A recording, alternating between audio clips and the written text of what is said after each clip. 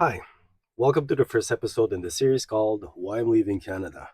In this series, I'll be discussing the Canadian future on the Canadian government's webpage with my friend Nexus the AI. The first topic, or the first article, is called Social Mobility in Question. Nexus, more snakes than ladders. Can you please summarize that for me? Of course.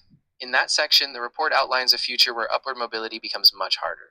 Instead of steadily climbing the ladder, people face more hidden barriers, like rising costs or systemic issues, so progress becomes less predictable and setbacks more common. And what about post secondary education? The report suggests that post secondary education could lose its traditional value. As more people earn degrees, it may no longer guarantee upward mobility, so people might start rethinking its payoff. And the next topic is housing. The report points out that rising housing costs will be a major challenge. As prices continue to climb, especially in urban areas, it'll become harder for people to own homes, limiting their ability to build wealth. Speaking of wealth, the next topic is intergenerational wealth. The report explains that wealth is increasingly tied to inheritance. Those born into wealth have a big advantage, while those without it face a harder time breaking out of that cycle, limiting their upward mobility. Social siloing.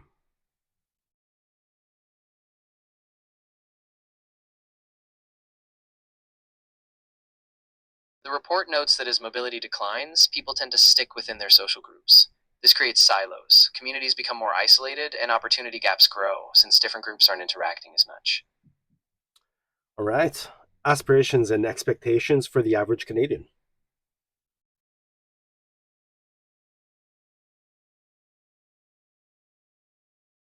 The report suggests that as these barriers grow, many Canadians may adjust their expectations. Instead of aiming for big leaps, they might focus more on just achieving basic stability, redefining what success looks like for them. And artificial intelligence in the workforce.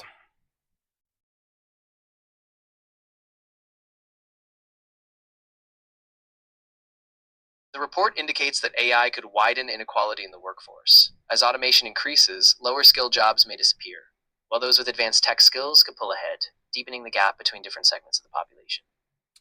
All right. And the next part of the article here is the implications.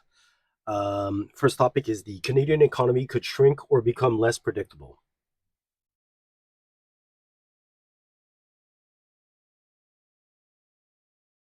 The report warns that if these trends continue, the Canadian economy could slow down or become more volatile. With shrinking mobility and widening inequality, growth could falter, making the future harder to predict. People's mental health may suffer. The report notes that when people feel stuck or see fewer opportunities, it can severely impact mental health, leading to more stress, anxiety, and even depression, which can make it harder to engage in daily life. Workers may seek greener pastures elsewhere. The report suggests that if conditions don't improve, many workers might decide to leave Canada, looking for better opportunities in other countries that offer more stability or clearer economic paths. Well, I'm one of them. And the next topic is people might find alternative ways to meet their basic needs. The report explains that some people may build their own resilience by creating alternative systems, like local cooperatives, community networks, or other self sufficient arrangements, to meet their basic needs outside traditional economic structures. Post secondary education could become a stranded asset. The report warns that if a degree no longer ensures upward mobility, people might invest a lot in education but not see the returns. In that way, a degree could become a stranded asset, offering less payoff than it once did. And what does the article conclude? The article concludes that these are just potential scenarios, possible futures, not certainties. It urges us to pay attention now because if these trends continue, they could reshape opportunity, stability, and well being in Canada. Thank you very much. Now, I'll be traveling to Uruguay over the winter to buy an acreage over there and start immigration and see how it feels as a whole. Um, Dexter, can you please give me the average acre price in Uruguay for farming land?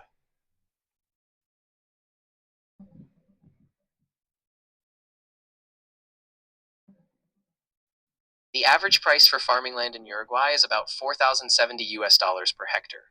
Since 1 hectare is roughly 2.47 acres, that works out to about $1,650 per acre. So for a 25-acre plot, which is about 10 hectares, you'd be looking at roughly $41,000 in total. 41,000 US dollars in total for 25 acres. Exactly. So that's a rough average, and of course it can vary depending on the location and quality of the land, but it gives you a solid baseline to compare. Let me know if you Excellent. need anything. I live on Vancouver Island.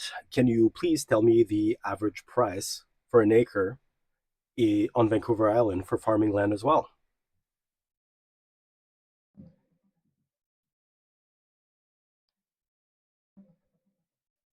On Vancouver Island, the average farmland value is around 115,100 Canadian dollars per acre, according to Farm Credit Canada.